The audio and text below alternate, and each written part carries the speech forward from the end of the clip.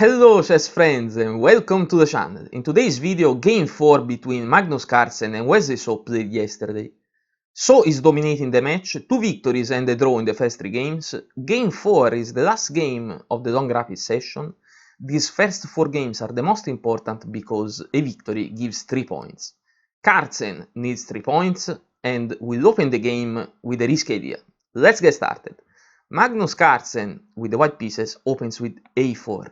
Here comes e5, played by Wesley, a5 and d5 controlled in the center.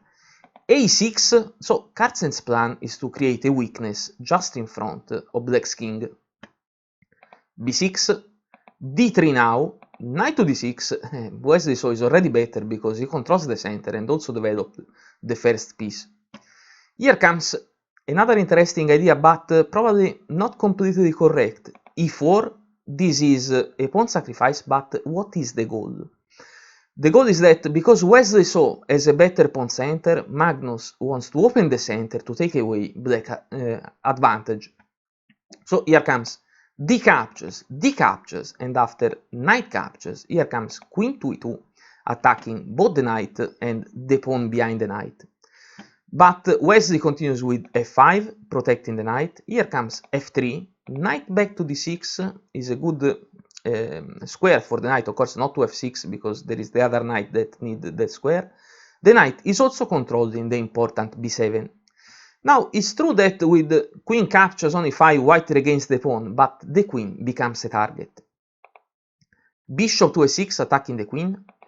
Queen to f4, here comes long castle and knight in g goes to e2. Black is to tempi ahead and can still keep harassing the white's queen. Here comes g5, after queen to e3, here comes a nice tactic. Bishop captures on b2, also attacking the rook. The king can't capture the bishop because if king captures, knight to c4 wins the queen. So after bishop captures on b2, Magnus continues with a smart answer, that is bishop to c3. Not only attacking the bishop and protecting the rook, also attacking the rook on a8. So what to do now? What happens if now black captures the rook? Let's watch this variation first. If bishop captures on a1, it seems that for now black wins the exchange, but after the bishop recaptures on a1, the long diagonal is so weak that black must give back material. Also knight to f6 shielding the rook doesn't work because here comes queen to e5, and of course black is still a bit better, but with this capture he lost some of the advantage. That's why after bishop to c3, Wesley continues with the best move. Bishop captures on c3, the knight recaptures on c3, and now queen to f6 controlling this diagonal. Here comes h4, possible to capture, but also another good move is what Wesley played, that is knight to c4 threatening the queen. H captures, knight captures the queen, and the the g pawn captures on f6. After the knight recaptures on f6, black is again a pawn up.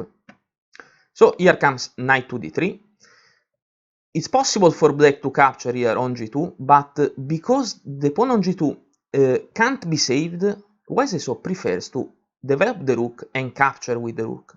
So here comes rook to g8, no problem for the pawn because it's protected by the knight. Bishop to e2, and only now rook captures on g2. 2 pawns up for black. Knight to f4 attacking the rook. Rook back to g8, good move. Not to g7 because there is the knight fork.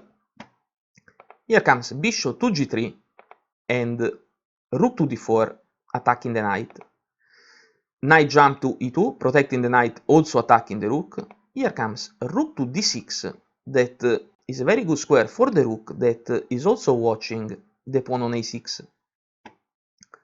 King to b2, connecting the rooks. And here comes c5 before developing the bishop. Rook in a goes to e1, indirectly watching the knight. Here comes c4, protected by the knight, is the best move. With the knight jump on c2, now the rook is attacking the knight. C captures, rook captures, d captures, and again possible of course to capture with the queen, but same idea, similar idea to what played by Wesley saw before. Carlsen prefers to capture with the rook, with rook to c1 that also is indirectly watching the king. So king to b8 away from the c5, now rook captures on c2, and finally the bishop is developed, bishop to d7, rook to e7, here comes b5, the idea is that Wesley wants to finally remove this a6 pawn. Rook to f7, rook captures on a6, Wesley is 3 pawns up.